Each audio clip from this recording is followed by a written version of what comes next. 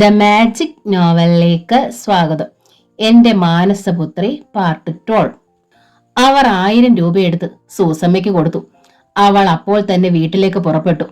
ബസ്സിൽ 2 മണിക്കൂർ യാത്രയുണ്ട്. മേരിക്കുട്ടിയെയും ജാൻസിയെയും യാത്ര അയച്ചിട്ട് സാമുവൽ സാർ തിരിച്ചു വന്നപ്പോൾ ഉച്ച കഴിഞ്ഞു. രാത്രിയിൽ സൂസമ്മയുടെ ആങ്ങളെ വീണ്ടും വിളിച്ചു.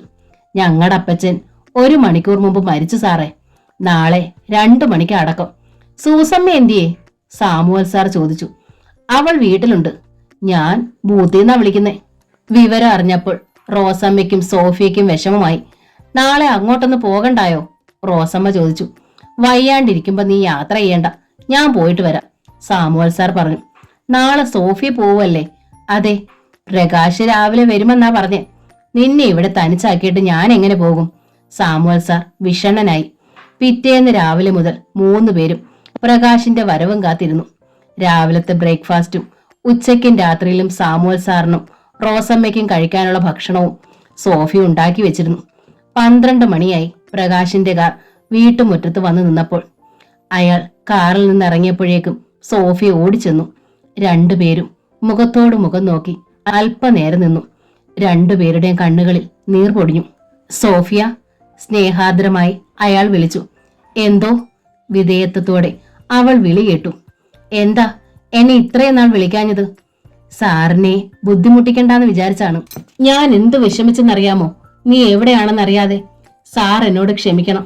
സാമുവൽ സാറും റോസമ്മയും മുൻവശത്തെ വരാന്തയിൽ വന്ന് നിൽക്കുന്നത് അപ്പോഴാണ് അവർ കണ്ടത്. സാർ വരൂ, സോഫിയ പറഞ്ഞു. പ്രകാശിനെ അവർ 2 പേർക്കും പരിചയപ്പെടുത്തി കൊടുത്തു. സ്വീകരണ മുറിയിലിരുന്ന് അവർ കുറേ നേരം സംസാരിച്ചു. പ്രകാശിനെ 2 പേർക്കും ഇഷ്ടമായി.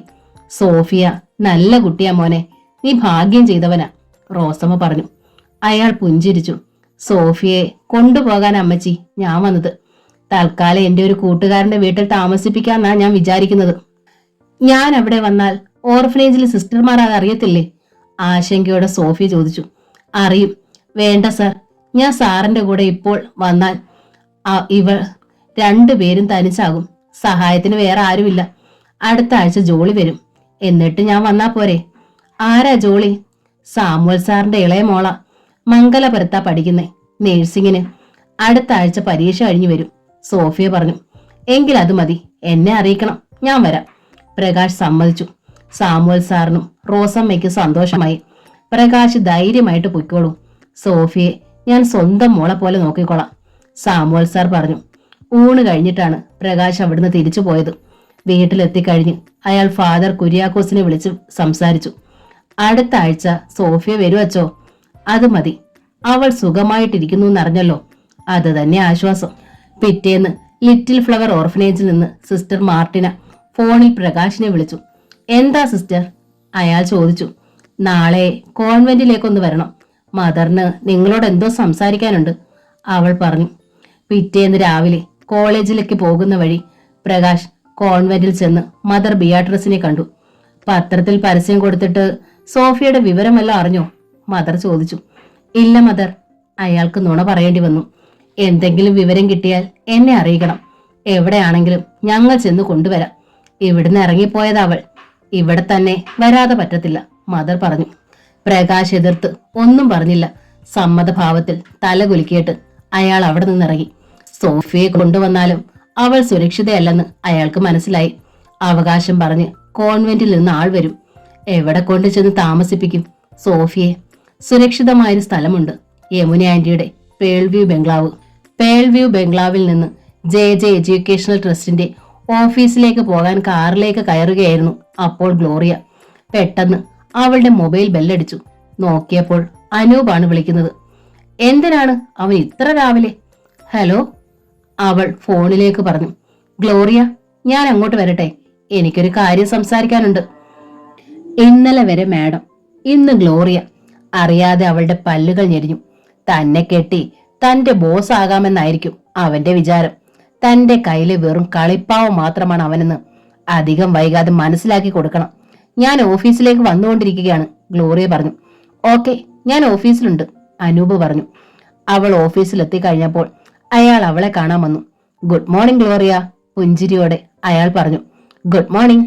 അനൂപ് ഇന്ന് ഒരുപാട് സുന്ദരനായിരിക്കുന്നു. ഉള്ളിലുണ്ടായ വെറുപ്പ് മറച്ചു വെച്ച് അവൾ പറഞ്ഞു, അവനൊന്ന് പൊങ്ങട്ടെ. താഴേക്ക് വീഴുമ്പോൾ അത് ഏറ്റവും ഉയരത്തിൽ നിന്നാകുന്നതാണ് നല്ലത്. Thank you. അയാൾ ലജ്ജയോടെ ചിരിച്ചു. എന്തിനാണ് എന്നെ കാണണമെന്ന് പറഞ്ഞത്? അവൾ ചോദിച്ചു. തേയിലത്തോട്ടത്തിന്റെ കരാർ ഉടൻ ഒപ്പിട്ട് വാങ്ങിക്കൊണ്ട് ചെല്ലണമെന്ന് തോബിയാസ് നിർബന്ധിക്കുന്നു. അയാൾക്ക് വല്ല സംശയമുണ്ടോ? സംശയമൊന്നുമില്ല.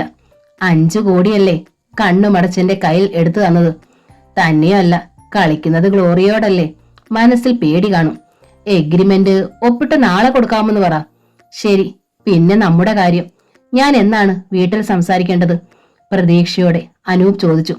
തോബിയാസിന്റെ കാര്യം ഒന്ന് സെറ്റിൽ ചെയ്യട്ടെ. ഉടൻ അനൂപ് ജനറൽ മാനേജർ ആവും. അത് കഴിഞ്ഞിട്ട് പോരെ? മതി, തൃപ്തിയോടെ അയാൾ പറഞ്ഞു. അനൂപ് ഉടൻ തന്നെ അവളുടെ മുറി വിട്ടുപോയി. മുംതാസും തോബിയാസും തമ്മിൽ ഉരസൽ നടന്നില്ലേ? ഗ്ലോറിയയ്ക്ക് അറിയാൻ ആകാംക്ഷ തോന്നി. ഇന്റർകോമിൽ അവൾ മുംതാസിനെ വിളിച്ചു. ഇതുവരെ ഞാൻ അയാളെ കണ്ടില്ല മാഡം. എന്തിനും മടിക്കാത്തവനയാൾ. അതുകൊണ്ടൊരു പേടി. എന്തായാലും ശരിക്കും ആലോചിച്ചിട്ടേ ഞാൻ ഏറ്റുമുട്ടും. മുംതാസ് പറഞ്ഞു. അത് മതി, സഹായത്തിന് ഞാൻ പിന്നിലുണ്ടാവും. Thank you madam. ഗ്ലോറിയ അന്ന് ഉച്ചയ്ക്ക് വീട്ടിൽ ചെന്നപ്പോൾ അവൾ ഒട്ടും പ്രതീക്ഷിക്കാതിരുന്ന ഒരു അതിഥി ഉണ്ടായിരുന്നു അവിടെ. പ്രകാശ് മാത്യു. എന്താ ഇച്ചായ പതിവില്ലാതെ? ആശ്ചര്യം നടിച്ച് അവൾ ചോദിച്ചു. നമ്മുടെ സഹായം അഭ്യർത്ഥിച്ചു വന്നതാ മോളെ. ആ സോഫിയ ഇപ്പോൾ പ്രകാശിന് പരിചയമുള്ളൊരു വീട്ടിലുണ്ട്, യമുന പറഞ്ഞു. അവൾ ഓർഫനേജിൽ നിന്ന് ഒളിച്ചോടിപ്പോയ വിവരം ശലോമ പറഞ്ഞ് ഗ്ലോറിയ അറിഞ്ഞിരുന്നു. ഇച്ചായൻ എങ്ങനെ കണ്ടുപിടിച്ചു സോഫിയെ? അവൾ ഞെട്ടലോടെ ചോദിച്ചു. എതിരാളി വീണ്ടും സോഫിയ ഫോൺ ചെയ്തതും താൻ അവളെ കാണാൻ പോയതുമെല്ലാം പ്രകാശ് പറഞ്ഞു. തൽക്കാലം അവൾ ഇവിടെ വന്ന് താമസിക്കട്ടെ അല്ലേ മോളെ? ഇവിടെ അവൾ സുരക്ഷിതയായിരിക്കും.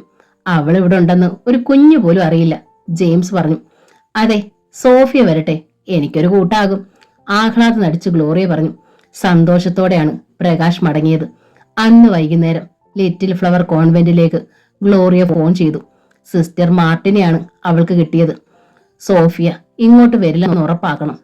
അവിടെ നിന്ന് ഒളിച്ചോടിപ്പോയ സോഫിയ സാമുവൽ സാർ എന്നൊരു ആളിന്റെ വീട്ടിലുണ്ട്. അഡ്രസ് എനിക്കറിയാം, അവൾ പറഞ്ഞു. ആരാണ് സംസാരിക്കുന്നത്? ഞെട്ടലോടെ സിസ്റ്റർ ചോദിച്ചു. അതറിയണ്ട, നാളെ തന്നെ പോ, അവളെ കിട്ടും. മേൽവിലാസം ഗ്ലോറിയ പറഞ്ഞു കൊടുത്തു. സോഫിയ ആ വീട്ടിലുണ്ടെന്ന് ആരാ വിളിച്ചു പറഞ്ഞേ? സാമുവൽ സാറിന്റെ മേൽവിലാസം എഴുതിയ കടലാസ് നോക്കിയിട്ട് മദർ ബിയാട്രിസ് ചോദിച്ചു. ഒരു പെണ്ണാ വിളിച്ചേ. ആരാണെന്ന് ഞാൻ എടുത്തെടുത്ത് ചോദിച്ചിട്ടും അവൾ പറഞ്ഞില്ല. സിസ്റ്റർ മാർട്ടിനെ അറിയിച്ചു. നമ്മളെ കളിപ്പിക്കാൻ ആരെങ്കിലും ഒപ്പിച്ച പണിയായിരിക്കുമെന്നാ എന്റെ സംശയം. മദറിന് വിശ്വാസം വന്നില്ല. അങ്ങനല്ല മദർ, എനിക്ക് തോന്നുന്നേ അവൾ ഈ വീട്ടിൽ കാണുമെന്ന് തന്നെയാ. പത്രത്തിൽ പരസ്യമൊക്കെ വന്നതല്ലേ, അത് കണ്ടിട്ട് ആരെങ്കിലും ഒരു വണ്ടിയും കൊണ്ട് ചെന്ന് നമുക്ക് അവളെ ഇങ്ങ് കൊണ്ടുവരാം, സിസ്റ്റർ പറഞ്ഞു.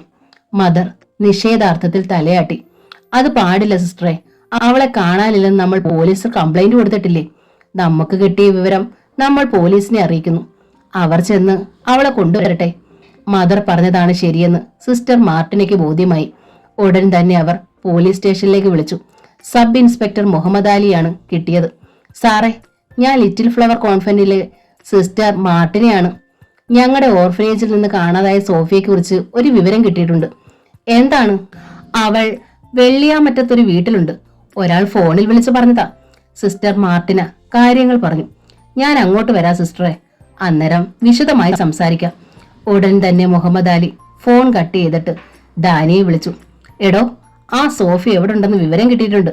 അവളെ പൊക്കാൻ പോവാ ഞങ്ങൾ. ഞാനും വരാം സാർ, എന്റെ കാറിൽ പോകാം, ഡാനി ആഹ്ലാദത്തോടെ പറഞ്ഞു. വേണ്ടടോ, ഞങ്ങൾ പോയി കൊണ്ടുവരാം, എന്നിട്ട് തന്റെ മുമ്പിലേക്ക് ഇട്ടുതരാം. താൻ അവളെ കെട്ടുകയോ കെട്ടാതിരിക്കുകയോ എന്ത് വേണേലും ചെയ്തോ. മുഹമ്മദ് അലി പൊട്ടിച്ചിരിച്ചു. അയാൾ ജീപ്പ് എടുത്ത് 2 കോൺസ്റ്റബിൾമാരുമൊത്ത് കോൺവെന്റിലേക്ക് പാഞ്ഞു ചെന്നു. ഞങ്ങൾ ഇപ്പൊ തന്നെ പോകുക സിസ്റ്ററെ, ആ അഡ്രസ് ഇങ്ങ് തന്നേക്ക്, മുഹമ്മദ് അലി പറഞ്ഞു. വനിതാ പോലീസ് ഇല്ലേ? അവരെ കണ്ട് സിസ്റ്റർ മാർട്ടിനെ ചോദിച്ചു. ഞങ്ങൾ 3 പേർ മതി അവളെ കൊണ്ടുവരാൻ, മുഹമ്മദ് അലി നിസ്സാരമട്ടിൽ പറഞ്ഞു. അല്ല, അവൾ വരാൻ കൂട്ടാക്കാതെ നിന്നാൽ ബലം പ്രയോഗിച്ച് കൊണ്ടുവരണമെങ്കിൽ? സിസ്റ്റർ മാർട്ടിനെ പറഞ്ഞത് ശരിയാണെന്ന് അയാൾക്ക് തോന്നി. ഞങ്ങളുടെ സ്റ്റേഷനിൽ വനിതാ പോലീസ് ഇല്ല, ഞാൻ CAയെ വിളിച്ചൊന്ന് തിരക്കട്ടെ. മുഹമ്മദ് അലി ഉടൻ തന്നെ സർക്കിൾ ഇൻസ്പെക്ടർ ബാലകൃഷ്ണനെ വിളിച്ച് സംസാരിച്ചു. കോൺവെന്റിൽ നിന്ന് ആരെങ്കിലും കൂട്ടിക്കൊണ്ടായി പോയാൽ മതിയെന്നാണ് സർക്കിൾ പറഞ്ഞത്. അതനുസരിച്ച് സിസ്റ്റർ മാർട്ടിനെയും സിസ്റ്റർ മരിയ റോസും പോകാൻ തയ്യാറായി. സഹായത്തിന് ഷലോമി അവർ വിളിച്ചു. പോലീസ് ജീപ്പ് മുന്നിലും കോൺവെന്റിലെ കോളിസ് പിന്നിലുമായി അവർ സോഫിയെ കൊണ്ടുവരാനായി പുറപ്പെട്ടു. ബെഞ്ചമിനാണ് കോളിസ് ഓടിച്ചത്. അവൻ ഒട്ടും സന്തോഷം ഉണ്ടായിരുന്നില്ല. സോഫിയെ കൊണ്ടുവന്നാലും അവളെ കിട്ടുന്നത് ഡാനി എന്നൊരുത്തനായിരിക്കും. നീണ്ട യാത്രയ്ക്കൊടുവിൽ വെള്ളിയാമറ്റം കവലയിൽ ചെന്ന് ജീപ്പ് നിന്നു. പിന്നിൽ കോളിസും വന്നു. നമുക്ക് വീട്ടിലേക്കുള്ള വഴി ചോദിച്ചു മനസ്സിലാക്കിയിട്ട് പോകാം, ജീപ്പിൽ നിന്നിറങ്ങി മുഹമ്മദ് അലി പറഞ്ഞു. നമുക്ക് ഇവിടുത്തെ സ്റ്റേഷനുമായി ബന്ധപ്പെട്ടാലോ സാറേ? കോൺസ്റ്റബിൾ താമരാക്ഷൻ ചോദിച്ചു. എന്നാ പിന്നെ കഷ്ടപ്പെട്ട് നമ്മൾ ഇവിടെ വരെ വരണമായിരുന്നോടോ? വിളിച്ചു പറഞ്ഞ അവര് തന്നെ വന്ന് പൊക്കിക്കൊണ്ടുവരില്ലായിരുന്നോ? മുഹമ്മദ് അലി പരിഹസിച്ചു. അപ്പോൾ സൈക്കിളിൽ വന്നൊരു ചെറുപ്പക്കാരനെ അയാൾ വിളിച്ചിറക്കി. എന്തുവാടാ തന്റെ പേര്? ജോസഫ് എന്ന പരിഭ്രമത്തോടെ അയാൾ പറഞ്ഞു. തനിക്ക് പ്ലാമൂട്ടിലെ സാമുവലിന്റെ വീട് അറിയാമോ? അറിയാമേ, ഞാൻ അവിടുത്തെ റബ്ബർ വെട്ടുകാരനാ. തേടിയ വള്ളി കാലിൽ തന്നെ ചുറ്റിയല്ലോ. എടോ, അവിടെ സോഫി എന്നു പേരുള്ളൊരു പെണ്ണുണ്ടോ? ഉണ്ടേ, ജോസഫ് പറഞ്ഞു. അത് കേട്ട് സിസ്റ്റർ മാർട്ടിനെയും സിസ്റ്റർ മരിയ റോസും പരസ്പരം നോക്കി. സാമുവലിന്റെ മോളാണോ സോഫിയ? മുഹമ്മദ് അലി വീണ്ടും ചോദിച്ചു. അല്ലേ, സാറിന്റെ ബന്ധത്തിലുള്ള പെണ്ണാണെന്നാ പറഞ്ഞേ. വന്നിട്ടിപ്പം കുറച്ചു ദിവസം ആയതേ ഉള്ളൂ. അത് കേട്ടപ്പോൾ മുഹമ്മദ് അലിക്ക് ഹരമായി. എന്നാൽ താൻ സൈക്കിൾ ഇവിടെ വെച്ചിട്ട് ജീപ്പിലേക്ക് കയറ്, വഴി കാണിച്ചു തരാനാ. റോഡ് വക്കിൽ സൈക്കിൾ പൂട്ടി വെച്ചിട്ട് ജോസഫ് ഭയത്തോടെ ജീപ്പിലേക്ക് കയറി. താൻ അബദ്ധം വല്ലതുമാണോ പറഞ്ഞതെന്ന് അയാൾക്ക് സംശയം തോന്നി. സാമുവൽ സാറിന് വല്ല കുഴപ്പമുണ്ടാകുമോ? ഫോൺ ചെയ്തത് ആരായാലും സത്യമാവൾ പറഞ്ഞത്, സിസ്റ്റർ മാർട്ടിനെ മന്ത്രിച്ചു. കർത്താവേ, അവൾ ഇവിടെ വരെ എങ്ങനെത്തി? ശലോമി ആശ്ചര്യപ്പെട്ടു. ജോസഫ് പറഞ്ഞ വഴികളിലൂടെ 2 വണ്ടികൾ ഓടി. പോലീസ് ജീപ്പും കോൺവെന്റിലെ കോളിസും വന്നപ്പോൾ മുറ്റത്തെ അയൽ റബ്ബർ ഷീറ്റുകൾ ഉണക്കാനിടുകയായിരുന്നു സോഫിയ. അവൾ ഞെട്ടിപ്പോയി. വണ്ടികൾ ഗേറ്റ് കടന്നു വരും മുമ്പ് അവൾ വീട്ടിലേക്ക് പാഞ്ഞ് അവളുടെ മുറിയിൽ കയറി വാതിലടച്ചു. വണ്ടികൾ മുറ്റത്ത് വന്നു നിന്നു. മുഹമ്മദ് അലിയും കോൺസ്റ്റബിൾമാരും ജീപ്പിൽ നിന്ന് ചാടിയിറങ്ങി. ബോട്ടുകളുടെ ശബ്ദം കേട്ട് സാമുവൽ സാർ പുറത്തേക്ക് ഇറങ്ങി വന്നു. പോലീസുകാരെ കണ്ട് അദ്ദേഹം ഞെട്ടി. ഞങ്ങൾ സോഫിയെ കൊണ്ടുപോകാൻ വന്നതാ, വിളിക്കവളെ. ബാറ്റിനുമായി ചെന്ന് അധികാര സ്വരത്തിൽ മുഹമ്മദ് അലി പറഞ്ഞു. സാമുവൽ സാറിന്റെ തൊണ്ട വരണ്ടു. അതിന് അവൾ എന്ത് തെറ്റാ സാറേ ചെയ്തത്? അദ്ദേഹം ചോദിച്ചു. എന്നോട് വാദമൊന്നും വേണ്ട, അത് കോടതിയിൽ മാത്രം. വിളിക്കവളെ, ഇടിവെട്ടുന്ന സ്വരത്തിൽ മുഹമ്മദ് അലി പറഞ്ഞു. അയാളുടെ പിരിച്ചു വെച്ച കൊമ്പൻ മീശയും ചെമ്പരത്തി പൂ പോലെ ചുവന്ന കണ്ണുകളും കണ്ടപ്പോൾ സാമുവൽ സാർ ഭയന്നുപോയി. കോളേജിൽ നിന്ന് സിസ്റ്റർമാരും ശലോമി ഇറങ്ങി. അപ്പച്ച, സോഫി ഇവിടെ ഇല്ലേ? സൗമ്യഭാവത്തിൽ സിസ്റ്റർ മാർട്ടിനെ ചോദിച്ചു. ഉണ്ട് സിസ്റ്ററെ. നിങ്ങൾ അവളെ കൊണ്ടുപോകാൻ വന്നതാണോ? എന്താ കിളവ, ഞാൻ പറഞ്ഞത് തനിക്കിതുവരെ മനസ്സിലായില്ലേ? വിളിക്കവളെ, അതോ ഞങ്ങൾ ചെന്ന് പിടിച്ചിറക്കി കൊണ്ടുവരണോ? ആ കൂത്തിച്ചി മോളെ, ഇൻസ്പെക്ടർ ശബ്ദമുയർത്തി. മുറിക്കുള്ളിലിരുന്ന് സോഫിയ നടുങ്ങി. എങ്ങോട്ടാണ് രക്ഷപ്പെടേണ്ടതെന്ന് അവൾക്കറിയില്ലായിരുന്നു. പിൻവശത്തെ വാതിൽ തുറന്ന് ഓടിയാലും പോലീസുകാർ വന്ന് പിടികൂടും. പെട്ടെന്ന് വാതിലിൽ ആരോ മുട്ടി. അവൾ ഞെട്ടിപ്പോയി. സോഫിയ, ഞാനാ, വാതിൽ തുറക്ക്. സാമുവൽ സാറിന്റെ സ്വരമാണ് അവൾ കേട്ടത്. അവൾ വാതിൽ തുറന്നു. അവർ വന്നേക്കുന്നു, നിന്നെ കൊണ്ടുപോകാൻ, അദ്ദേഹം പരിഭ്രമത്തോടെ പറഞ്ഞു. ഞാൻ പോകത്തില്ല, എനിക്ക് വയ്യ പോകാൻ. സാർ ചെന്ന് അവരോട് പറ. അവൾ കേണു. പെട്ടെന്നാണ് സിസ്റ്റർ മാർട്ടിനെയും സിസ്റ്റർ മരിയ റോസും കൂടി അകത്തേക്ക് കയറി വന്നത്. അവരെ കണ്ട് സോഫിയ നടുങ്ങി. സോഫിയ, വേഗം റെഡിയാകു, നിന്നെ കൊണ്ടുപോകാനാ ഞങ്ങൾ വന്നത്, കർശന സ്വരത്തിൽ സിസ്റ്റർ മാർട്ടിനെ പറഞ്ഞു. സിസ്റ്ററെ, ഞാൻ ഇനി അങ്ങോട്ട് വരുന്നില്ല. ഞാൻ ഇവിടെ താമസിച്ചോളാം. ദയവ് ചെയ്ത് എന്നെ ഇവിടുന്ന് കൊണ്ടുപോകല്ലേ. ഞാൻ സിസ്റ്ററിന്റെ കാല് പിടിക്കാം. കണ്ണീരോടെ കൈ കൂപ്പി അവൾ അപേക്ഷിച്ചു. എന്ന് പറഞ്ഞാ പറ്റുന്നത് എങ്ങനെയാ? നീ ഓർഫനേജിൽ നിന്ന് ആരോടും പറയാതെ ചാടി പുറപ്പെട്ടതല്ലേ? നിനക്ക് ഇവിടുത്തെ താമസം മതിയായെങ്കിൽ അവിടുന്ന് പോകാം. പക്ഷേ അതിന് ചില രീതികളുണ്ട്. എന്തായാലും നീ അവിടെ വരാതെ പറ്റത്തില്ല, സിസ്റ്റർ മാർട്ടിന തറപ്പിച്ചു പറഞ്ഞു. അവൾ ഇവിടെ ഉണ്ടെന്ന് മനസ്സിലായല്ലോ സിസ്റ്ററെ. ഇനി നിങ്ങൾക്ക് പൊയ്ക്കൂടെ? അവൾക്ക് യാതൊരു ആപത്തും വരാതെ ഞങ്ങൾ നോക്കിക്കൊള്ളാം, റോസമ്മ പറഞ്ഞു. അങ്ങനൊന്നും പറഞ്ഞാൽ പോലീസ് സമ്മതിക്കത്തില്ല അമ്മച്ചി. അവരും കൂടെ വന്ന സ്ഥിതിക്ക് അവളെ കൊണ്ടുപോകാതിരിക്കാൻ പറ്റത്തില്ല, സിസ്റ്റർ മരിയ റോസ് പറഞ്ഞു. എങ്കിൽ ഞാനും കൂടി വരാ സിസ്റ്ററെ. എന്നിട്ട് എന്റെ കൂടെ ഇവളെ എങ്ങ് വിട്ടാ മതി, സാമുവൽ സാർ വേറൊരു പോംവഴി പറഞ്ഞു. അങ്ങനെ വിടാനൊന്നും പറ്റത്തില്ല. ഇവളെ ഞങ്ങൾ കൊണ്ടുപോകുന്നത് ആർക്കും വിട്ടുതരാനൊന്നുമല്ല. വേഗം തയ്യാറാകും സോഫിയ, മരിയ റോസ് പറഞ്ഞു. സിസ്റ്റർ പറഞ്ഞതനുസരിക്കുകയല്ലാതെ വേറെ വഴിയില്ലെന്ന് സോഫിയയ്ക്ക് മനസ്സിലായി. ബാഗ് എടുത്ത് തുറന്ന് അവൾ വസ്ത്രങ്ങൾ ഓരോന്നായി മടക്കി വെച്ചു. അവളുടെ കണ്ണുകൾ നിറഞ്ഞൊഴുകുന്നുണ്ടായിരുന്നു. പുറത്ത് അക്ഷമയോടെ മുഹമ്മദ് അലി ഉലാത്തി. പക്ഷേ അയാൾക്ക് ആഹ്ലാദം തോന്നി. അവളെ ഇവിടെ കൊണ്ടുവന്ന് രഹസ്യമായി പാർപ്പിച്ചത് പ്രകാശ് മാത്യു ആണെന്ന് അവളെ കൊണ്ട് തന്നെ പറയിപ്പിക്കാം. ASP സൂരജിന്റെ വായടപ്പിക്കാൻ അത് മതി. സബ് ഇൻസ്പെക്ടർ മുഹമ്മദ് അലിക്കാണ് മീശ കറക്കാത്ത IPS പയ്യന്മാരെക്കാൾ ലോകപരിചയമെന്ന് കാണിച്ചു കൊടുക്കാൻ പറ്റിയ ഒരു അവസരമാണിത്. എയർ ബാഗുമായി സോഫിയ മെല്ലെ പുറത്തേക്ക് ഇറങ്ങി വന്നു. അവൾ കരയുന്നുണ്ടായിരുന്നു. ഛീ, പൂങ്കണ്ണീർ ഒഴുക്കുന്നോ, നിർത്തടി. മുഹമ്മദ് അലി അവളുടെ നേരെ ചാടി ചെന്നു. ഷാളിന്റെ തുമ്പുകൊണ്ട് അവൾ കണ്ണുകളൊപ്പി. പോയി വരാം സാറേ. അവൾ സാമുവൽ സാറിനോട് യാത്ര ചോദിച്ചു. അദ്ദേഹം ദുഃഖത്തോടെ തലകുലുക്കി. അവൾ റോസമ്മയെ കെട്ടിപ്പിടിച്ചു. ഒരമ്മയുടെ സ്നേഹം ഇവിടുന്ന എനിക്ക് ആദ്യമായി കിട്ടിയേ, അവൾ പറഞ്ഞു. റോസമ്മയും കരഞ്ഞു. യാത്ര പറച്ചിലൊക്കെ മതി, വേഗം ചെന്ന് വണ്ടിയിൽ കയറടി. മുഹമ്മദ് അലി കൈ ചൂണ്ടി ഒച്ച ഉയർത്തി. സോഫിയ ചെന്ന് കോളിസിന്റെ ബാക്ക് സീറ്റിലേക്ക് കയറി. അവിടെ ഷലോമിയെ കണ്ട് അവൾ മുഖം കുനിച്ചു. സിസ്റ്റർമാർ വണ്ടിയിൽ കയറി. ക്വാളിസാണ് മുന്നിൽ പോയത്. പിന്നാലെ ജീപ്പും പോയി. ജോസഫ് അപ്പോഴേക്കും അപ്രത്യക്ഷനായി കഴിഞ്ഞിരുന്നു. ഉച്ചയ്ക്ക് ഭക്ഷണം കഴിച്ചുകൊണ്ടിരിക്കുമ്പോഴാണ് തോബിയാസിനെ കുറിച്ച് ജെയിംസിനോടും യമുനയോടും ഗ്ലോറിയ സംസാരിച്ചത്. തോബിയാസുമായിട്ടുള്ള കണക്ക് തീർക്കണ്ടേ ഡാഡി, അവൾ ചോദിച്ചു. വേണം. അതെങ്ങനെയാണ് ചെയ്യേണ്ടതെന്ന് തീരുമാനിക്കാനുള്ള അവകാശം ഞാൻ എന്റെ മോൾക്ക് വിട്ടു തന്നിരിക്കുന്നു, ജെയിംസ് ആവേശത്തോടെ പറഞ്ഞു. മോളെക്കുറിച്ച് ഞങ്ങൾ രണ്ടുപേർക്ക് നല്ല വിശ്വാസമാ. നീ ഒരിക്കലും പരാജയപ്പെടില്ല, ഞങ്ങൾക്ക് ഉറപ്പാ. യമുന അയാളെ പിന്താങ്ങി. ഗ്ലോറിയ മന്ദഹസിച്ചു. അനൂപിനെ നമ്മൾ പുറത്താക്കുന്നു, അവൾ പറഞ്ഞു.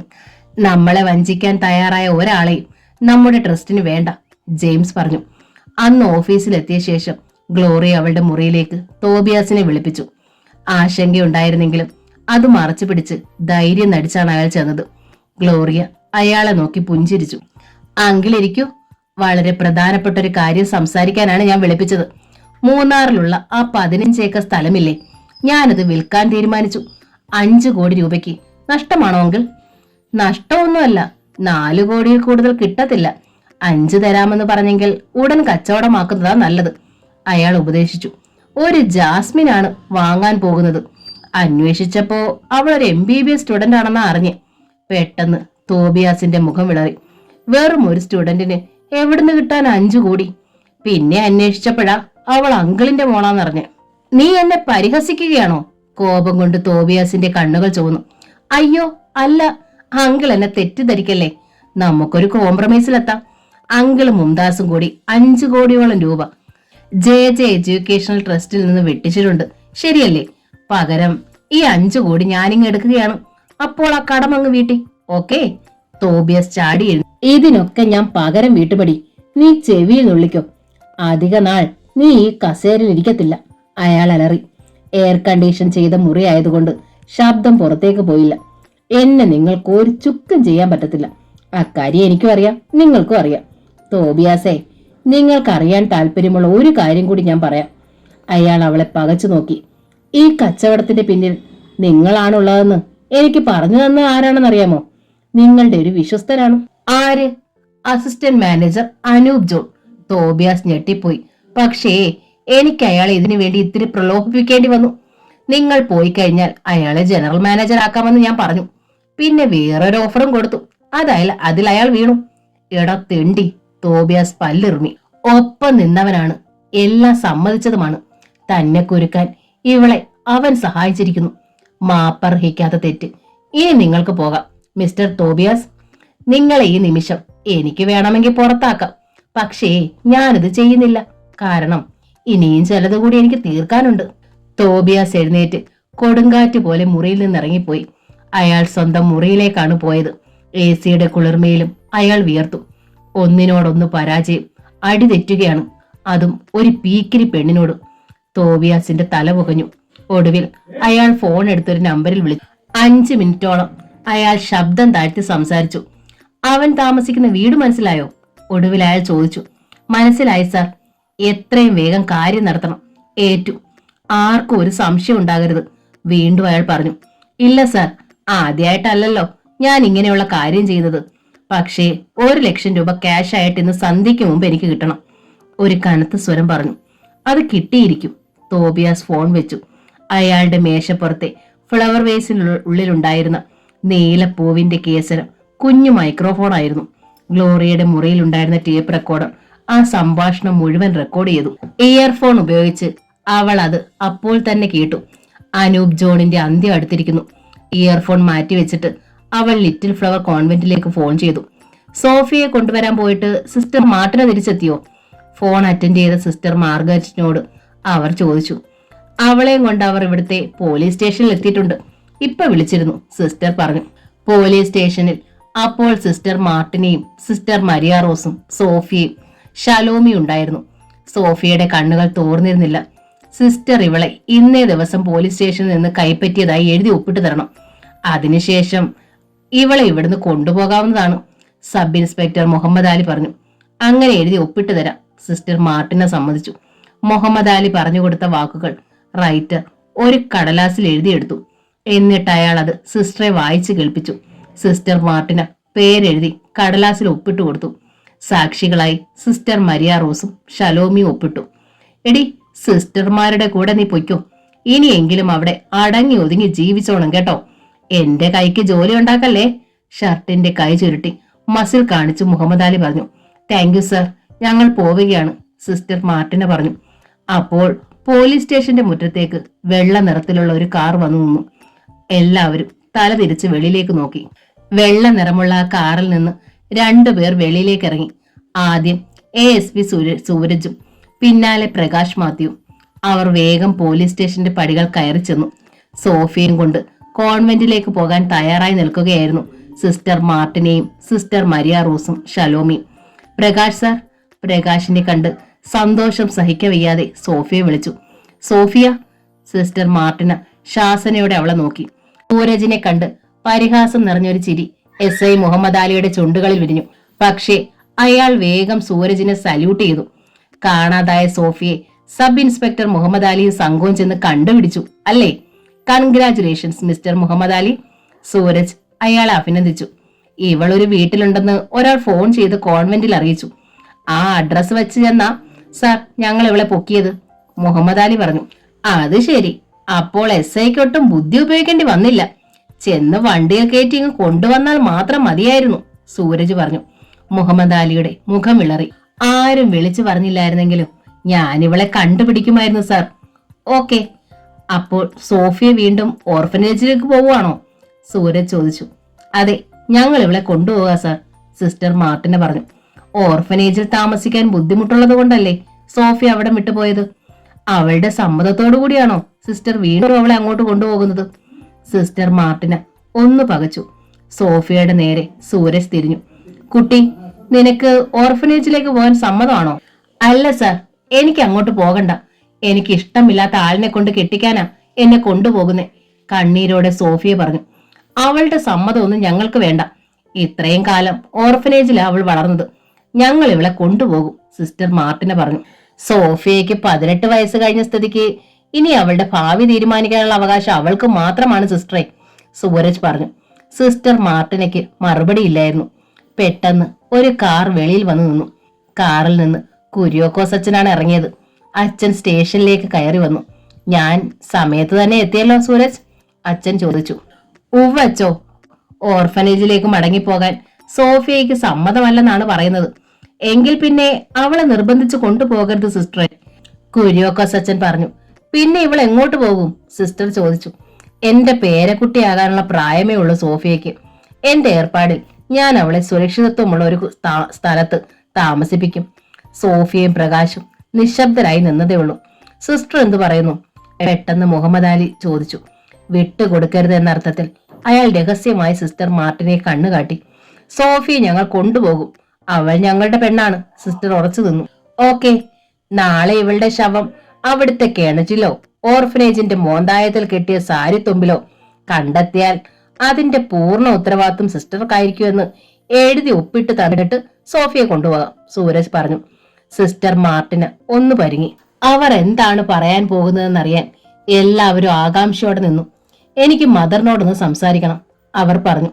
സംസാരിച്ചോളൂ, ഫോൺ ചൂണ്ടിക്കാട്ടി സൂരജ് പറഞ്ഞു. കോൺവെന്റിലേക്ക് ഫോൺ ചെയ്ത് ശബ്ദം താഴ്ത്തി സിസ്റ്റർ മാർട്ടിന അല്പനേരം സംസാരിച്ചു. ഞങ്ങൾ സോഫിയെ കൊണ്ടുപോകുന്നില്ല, ഒടുവിൽ റിസീവർ വെച്ചിട്ട് സിസ്റ്റർ പറഞ്ഞു.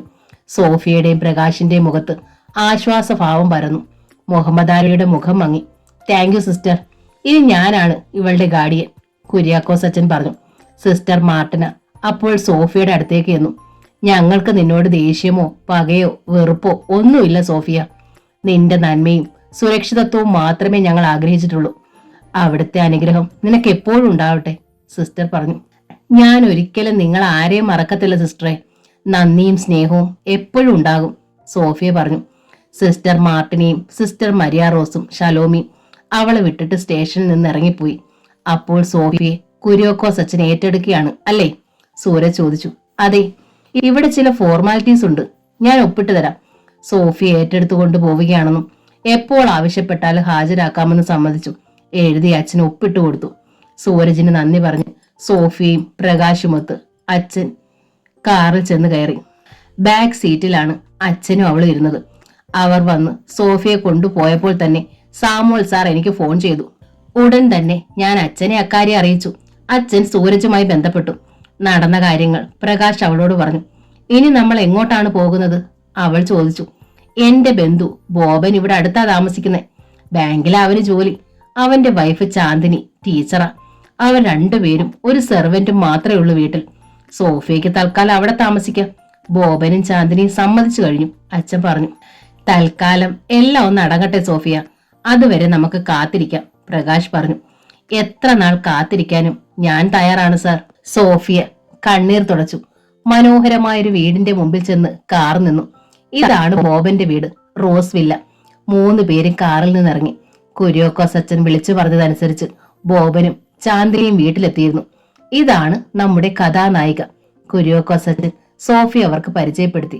സോഫിയെ കണ്ടപ്പോൾ ചാന്ദിനിക്ക് ഒരു കല്ലുകടി അനുഭവപ്പെട്ടു. ഓർഫനേജിൽ താമസിക്കുന്ന കുട്ടിയാണെന്ന് പറഞ്ഞപ്പോ ഞാൻ വിചാരിച്ച് 10-12 വയസ്സിൽ കൂടുതൽ കാണത്തില്ലെന്നും അവൾ പറഞ്ഞു. ഇതിപ്പോൾ സുന്ദരിയായ ഒരു യുവതി. സോഫിയ ഇവിടെ കോളേജിൽ BA-ക്കാണ്. പ്രകാശ് അധികം താമസിയാതെ അവളെ കെട്ടും. വീട്ടുകാരുടെ സമ്മതം കിട്ടുന്ന താമസമേ ഉള്ളൂ, അച്ഛൻ പറഞ്ഞു. അതിനെന്താ അച്ചോ, അതുവരെ സോഫിയക്ക് ഇവിടെ താമസിക്കാം, ബോബൻ പറഞ്ഞു. ചാന്ദിനി എല്ലാവർക്കും കാപ്പി കൊടുത്തു. നാളെ മുതൽ കോളേജിൽ വരണം, യാത്ര പറഞ്ഞിറങ്ങുമ്പോൾ പ്രകാശ് പറഞ്ഞു. വരാം, സോഫിയ തലകുലുക്കി. ഒന്നും പേടിക്കണ്ട, ഇത് നമ്മുടെ വീടാണ്, അച്ഛൻ അവളെ ആശ്വസിപ്പിച്ചു. അവൾ പുഞ്ചിരിച്ചു. പ്രകാശും അച്ഛനും പോയി. സോഫിയക്ക് നമ്മുടെ ഗസ്റ്റ് റൂം കൊടുക്കാം അല്ലേ, ബോബൻ പറഞ്ഞു. ചാന്ദിനി മോളി. സോഫിയെ അവൾ ഗസ്റ്റ് റൂമിലേക്ക് കൂട്ടിക്കൊണ്ടുപോയി. ഇതാണ് നിന്റെ മുറി, ചാന്ദിനി പറഞ്ഞു. കട്ടിലും മേശയും കബോർഡുമുള്ള ഭംഗിയുള്ള മുറിയായിരുന്നു അത്. സോഫിയ നന്ദിപൂർവ്വം ചാന്ദിനിയെ നോക്കി. നീ എത്ര നാളായി ഓർഫനേജിൽ വന്നിട്ട്? ഓർമ്മ വെച്ചപ്പോ മുതൽ അവിടാ. എന്തിനാ പിന്നെ അവിടെ ഇറങ്ങിപ്പോയെ? ഉണ്ടായ സംഭവങ്ങളൊക്കെ അവൾ ചാന്ദിനിയോട് ചുരുക്കി പറഞ്ഞു. ശരി, ഞാൻ രാവിലെ സ്കൂളിൽ പോകും. ബോബൻ ബാങ്കിലും. പിന്നെ ഇവിടെ അന്നാമ്മച്ചേട്ടത്തി മാത്രമേ കാണൂ. വളരെ ശ്രദ്ധിക്കണം കേട്ടോ. ഉവ്. കറുത്തു വെളിഞ്ഞ 50കാരിയാണ് അന്നമ്മച്ചേട്ടത്തി. പരിചയപ്പെട്ടപ്പോൾ നല്ല നിരയൊത്ത വെളുത്ത പല്ലുകൾ കാട്ടി അവർ ചിരിച്ചു. കുളിച്ച് വേഷം മാറി കഴിഞ്ഞപ്പോൾ സോഫിയയ്ക്ക് നല്ല ആശ്വാസം തോന്നി. അവൾക്ക് സാമുവൽ സാറിനെയും റോസമ്മയും സൂസമ്മയൊക്കെ അപ്പോൾ ഓർമ്മ വന്നു. ഇനി എന്നെങ്കിലും അവരെ കാണാൻ സാധിക്കുമോ? 9 മണിയായപ്പോൾ അത്താഴം വിളമ്പി. ബോംബനും ചാന്ദിനിയും സോഫിയയും ഒന്നിച്ചിരുന്നാണ് കഴിച്ചത്. അതിനുള്ളിൽ ചാന്ദിനിയുമായി അവൾ കഴിയുന്നത്ര അടുക്കാൻ ശ്രമിച്ചിരുന്നു. പ്രേമവിവാഹമായിരുന്നു ചാന്ദിനിയുടെയും ബോബന്റെയും. കല്യാണം കഴിഞ്ഞിട്ട് 1 കൊല്ലമാകുന്നതേ ഉള്ളൂ. വാതിലടച്ചുറങ്ങാൻ കടന്നപ്പോൾ അവരുടെ മനസ്സിലേക്ക് പ്രകാശ് കടന്നു വന്നു.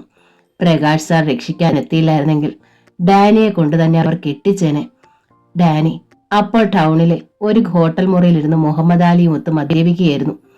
എന്നെ തോൽപ്പിച്ചിട്ട് മനസ്സമാധാനത്തോടെ ജീവിക്കാൻ അവനെയും ഞാൻ സമ്മതിക്കത്തില്ല സാറേ. ഗ്ലാസ്സിൽ നിന്ന് അല്പം ബ്രാൻഡി അകത്താക്കിയിട്ട് ഡാനി പറഞ്ഞു. താൻ എന്ത് ചെയ്യുമെന്നാ മുഹമ്മദ് അലി ചോദിച്ചു. എനിക്ക് പലതും ചെയ്യാൻ കഴിയും. എനിക്ക് അവളെ ഇനി വേണ്ട. പക്ഷേ അവനെ കൊണ്ട് അവളെ ഞാൻ കെട്ടിക്കത്തില്ല. റോസ് വില്ല എന്ന വീട്ടിലേക്കാണ് അവൻ അവളെ താമസിപ്പിച്ചിരിക്കുന്നത്, മുഹമ്മദ് അലി പറഞ്ഞു. ആരൊക്കെയുണ്ട് അവിടെ? ബോബൻ എന്ന ബാങ്ക് ഉദ്യോഗസ്ഥനാ, വൈഫ് ടീച്ചറാ, പിന്നൊരു സെർവന്റും ഉണ്ട്.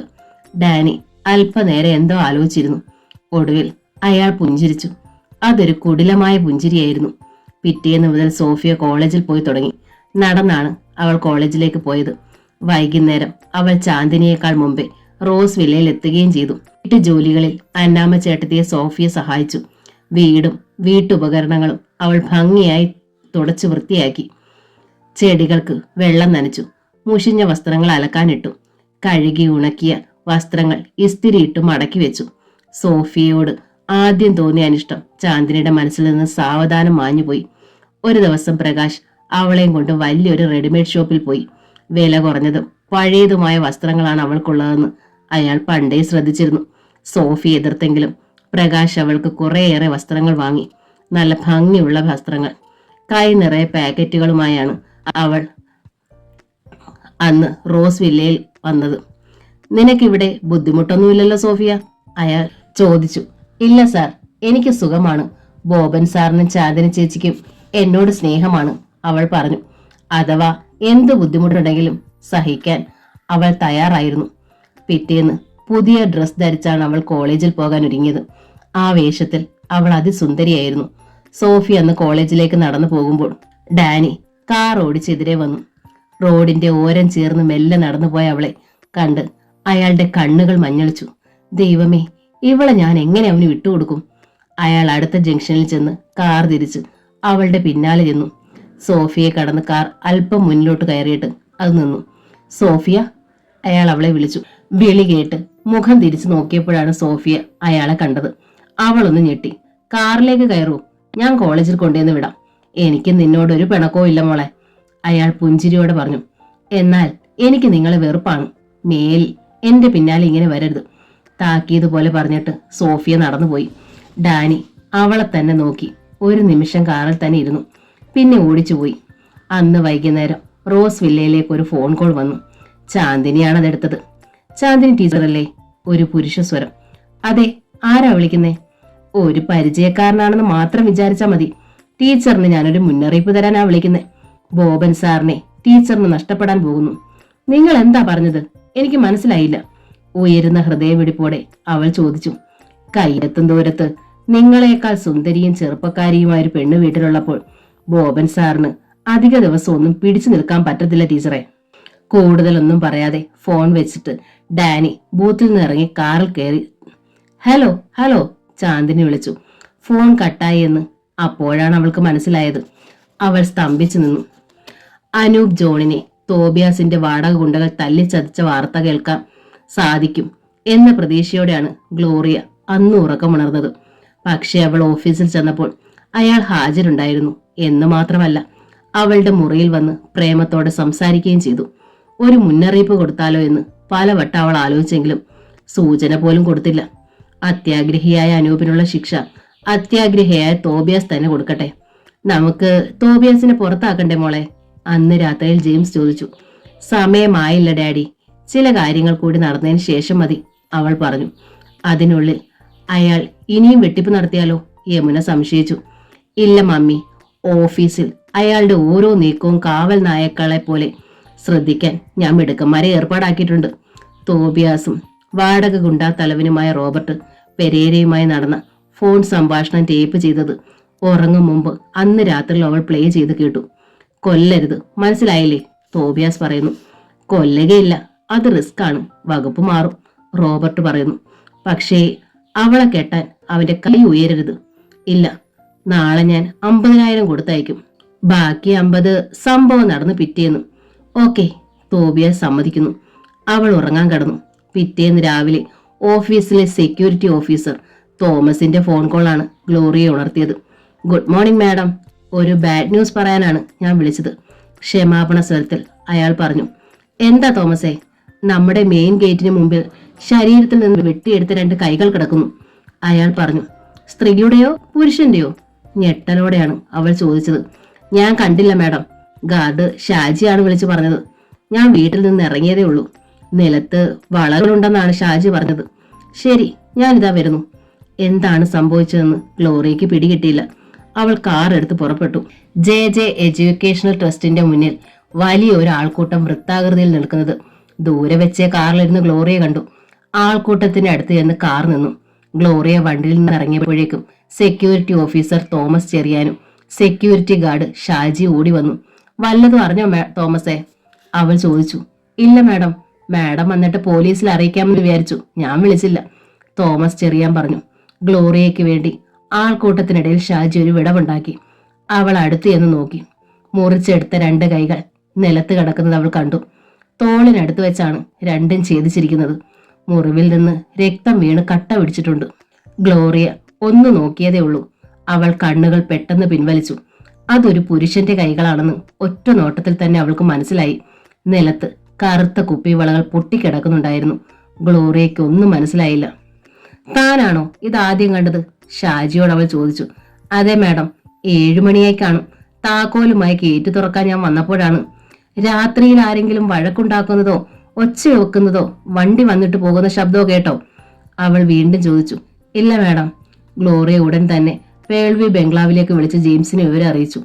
അയാൾ ഞെട്ടിപ്പോയി. ഇനി നമ്മൾ എന്ത് ചെയ്യും മോളെ? ഇതിൽ നമുക്ക് കൈയുണ്ടെന്ന് പോലീസ് വിചാരിക്കത്തില്ലേ? അയാൾ ഭയപ്പെട്ടു. ഒന്നും ഉണ്ടാകത്തില്ല ഡാഡി, പേടിക്കാതെ. എത്രയും വേഗം പോലീസിൽ അറിയിക്കുന്നതായിരിക്കും നല്ലതെന്ന് അവൾക്ക് തോന്നി. DYSP ഐസക്കിനെയാണ് ഗ്ലോറിയ ആദ്യം വിളിച്ചത്. അങ്കിൾ എവിടാ ഇപ്പം? മൊബൈലിലേക്ക് അവൾ ചോദിച്ചു. ഞാനിപ്പം മുംതാസിന്റെ വീട്ടിലാ മോളെ. വീട് മുറ്റത്ത് ഒരു ഡെഡ് ബോഡി കിടക്കുന്നുവെന്ന് മുംതാസ രാവിലെ സ്റ്റേഷനിലേക്ക് വിളിച്ചു പറഞ്ഞത്. ഞങ്ങൾ വന്ന് നോക്കിയപ്പോൾ ബോഡിയിൽ നിന്ന് 2 കൈകളും വെട്ടിമാറ്റിയിരിക്കുന്നു. ഗ്ലോറിയ ഞെട്ടിപ്പോയി. ആരുടെ ബോഡിയാണത്? പറഞ്ഞാൽ മോൾ അറിയും. നിങ്ങളുടെ ഓഫീസിലെ അസിസ്റ്റന്റ് മാനേജർ അനൂപ് ജോണിന്റേതാണ്. മുംതാസിന്റെ സംസാരത്തിൽ നിന്നാണ് മനസ്സിലായത്, ഐസക് പറഞ്ഞു. ആ കൈകൾ രണ്ടും JJ എഡ്യൂക്കേഷണൽ ട്രസ്റ്റിന്റെ മെയിൻ ഗേറ്റിന് മുമ്പിൽ കിടപ്പുണ്ടങ്ങളെ. അവിടെ നിന്നുകൊണ്ടാ ഞാനിപ്പോ വിളിക്കുന്നത്. അത് അത്ഭുതമായിരിക്കുന്നല്ലോ. ആരാ അങ്കളെ? അനൂപിനെ. അക്ബർ. ഇന്നലെ രാത്രിയിലാണ്. അയാൾ മിസ്സിംഗ് ആണ്. ഗ്ലോറിയ വീണ്ടും ഞെട്ടി. അക്ബർ എന്തിന് അനൂപിനെ കൊല്ലണം? ഞാൻ അങ്ങോട്ട് വരുന്നു. അവൾ അപ്പോൾ തന്നെ കാർ എടുത്ത് മുംതാസിന്റെ വീട്ടിലേക്ക് ചെന്നു. അനൂപിന്റെ മൃതശരീരം പോർച്ചിൽ കാറിനടുത്ത് ചെരിഞ്ഞു കിടപ്പുണ്ടായിരുന്നു. എന്താണ് അങ്കിൾ സംഭവിച്ചത്? ഗ്ലോറിയ ചോദിച്ചു. രാത്രിയിൽ എപ്പോഴോ അനൂപ് ഇവിടെ വന്നു. അയാളും മുംതാസും തമ്മിൽ അരുതാത്ത ബന്ധമുണ്ടായിരുന്നു. അക്ബർ ലേറ്റ് ആയിട്ടാണ് വന്നത്. അനൂപും അയാളും തമ്മിൽ മൽപ്പിടുത്തം നടന്നു. വാക്കത്തി എടുത്ത അയാൾ അക്ബറെ വെട്ടി. നിലത്ത് വീണ അനൂപിന്റെ 2 കൈകളും വെട്ടിയെടുത്തു. വിശ്വസിക്കാനാവാതെ ഗ്ലോറിയ നിന്നു. വെട്ടിയെടുത്ത കൈകൾ ഓഫീസിന്റെ മുമ്പിൽ കൊണ്ടുവന്നിട്ടിട്ട് അക്ബർ മുങ്ങിയെന്നാണ് വിചാരിക്കേണ്ടത്. മുംതാസിനോട് അങ്കിൾ സംസാരിച്ചോ? ഉവ്. പക്ഷേ അവൾ ഇതൊന്നും സമ്മതിക്കുന്നില്ല. രാത്രി 10:30-ക്കുള്ള ട്രെയിനിൽ അക്ബർ മംഗലാപുരത്തിന് ചരക്കെടുക്കാൻ പോയെന്നാണ് അവൾ പറഞ്ഞത്. അതിനുശേഷം അപരിചിതമായ 2-3 പുരുഷന്മാർ വന്ന് അവളെ റേപ്പ് ചെയ്യാൻ ശ്രമിച്ചു. അതിന്റെ മുറിവുകളുണ്ട് അവളുടെ ശരീരത്തിൽ. അവൾ കരഞ്ഞു ബഹളം വെച്ചപ്പോൾ അവർ രക്ഷപ്പെട്ടെന്നാണ് പറയുന്നത്. പിന്നെ അക്ബറാണ് ഇത് ചെയ്തതെന്ന് അങ്കിളിന് എങ്ങനെ മനസ്സിലായി? രാവിലെ വിവരമറിഞ്ഞ് തോബിയാസ് എന്നെ വിളിച്ചിരുന്നു. പുള്ളിയാണ് മുംതാസും അനൂപും തമ്മിലുണ്ടായിരുന്ന ബന്ധത്തെക്കുറിച്ച് പറഞ്ഞത്. ഗ്ലോറിയ നിന്ന് പുകഞ്ഞു. നീചൻ. അവന്റെ കളികൾ ഇതോടെ അവസാനിക്കാൻ പോവുകയാണ്. അക്ബർ അല്ല അങ്കിൾ ഈ കൊലപാതകം ചെയ്തത്. അതിന്റെ പിന്നിൽ ചില കളികൾ നടന്നിട്ടുണ്ട്. ഫ്രീ ആകുമ്പോ അങ്കിള് വീട്ടിലേക്ക് വരണം. എനിക്ക് സംസാരിക്കാനുണ്ട്, ഐസക്കിനോട് അവൾ പറഞ്ഞു. വരാം മോളെ. പേൾവ്യൂവിലേക്ക് കാർ ഓടിക്കുമ്പോൾ ഗ്ലോറിയയ്ക്ക് ചെറിയൊരു കുറ്റബോധം തോന്നി. തോബിയാസ് വാടക കൊണ്ട് ഏർപ്പെടുത്തിയ വിവരം ഐസക്കിനെ നേരത്തെ അറിയിച്ചിരുന്നെങ്കിൽ അനൂപിന്റെ മരണം ഒഴിവാക്കാൻ സാധിച്ചേനെ. അയാളെ കൊല്ലുമെന്നൊരു വിചാരവുമില്ലായിരുന്നു. അവൾ വീട്ടിൽ വന്ന് ജെയിംസ് യമുനയുമായി കാര്യങ്ങൾ സംസാരിച്ചു.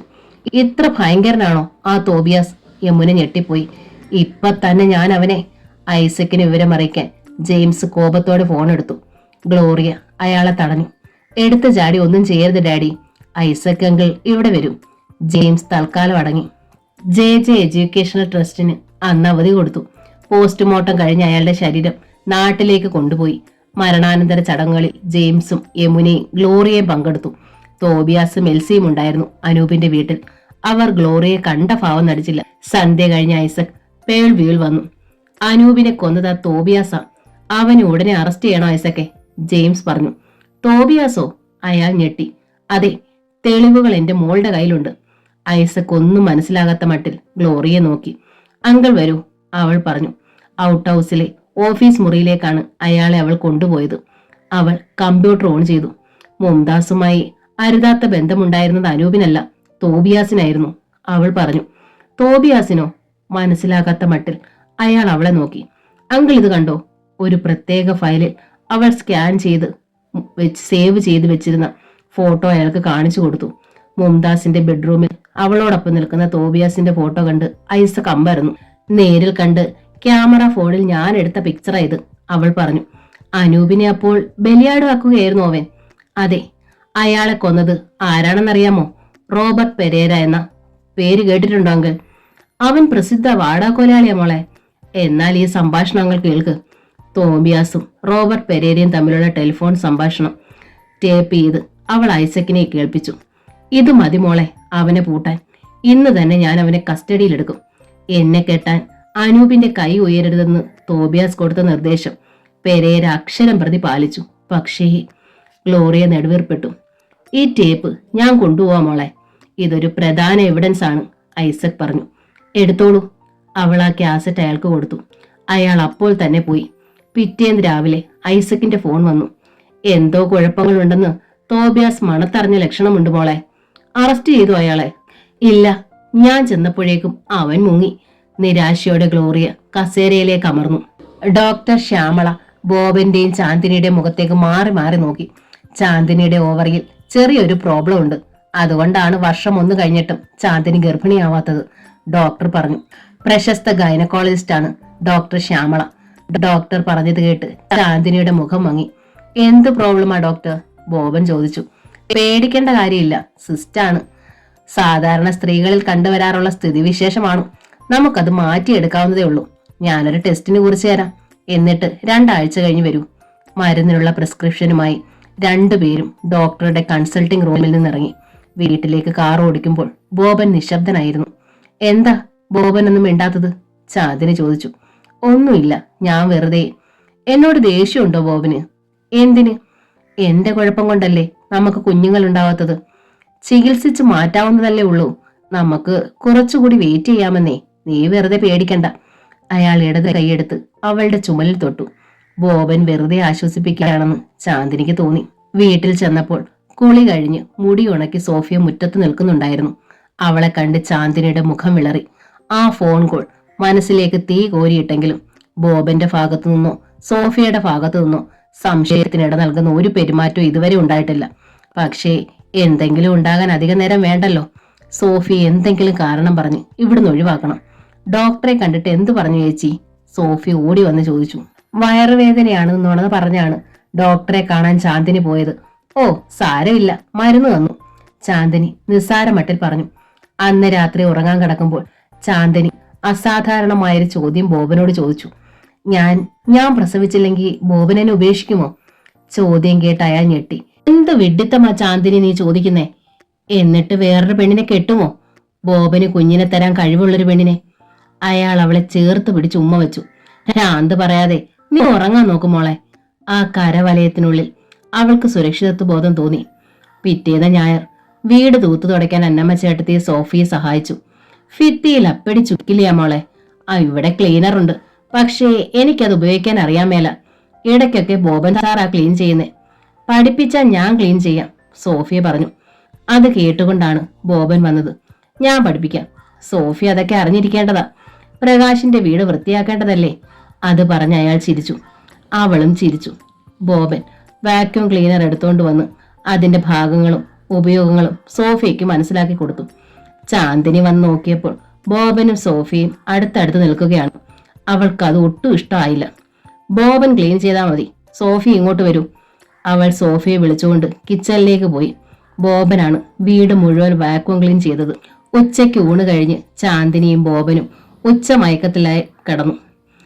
അലക്കി ഉണക്കാനിട്ടിരുന്ന വസ്ത്രങ്ങളെല്ലാം എടുത്ത് സോഫിയ ഇസ്തിരി ഇടാൻ ആരംഭിച്ചു. ആദ്യം അവൾ ചാന്ദിനിയുടെ സാരികളും ബ്ലൗസുകളും ചുരിദാറുകളുമാണ് തേച്ചെടുത്തത്. പിന്നെ അവൾ ബോബന്റെ ഷർട്ടുകളും പാൻസുകളും എടുത്തു.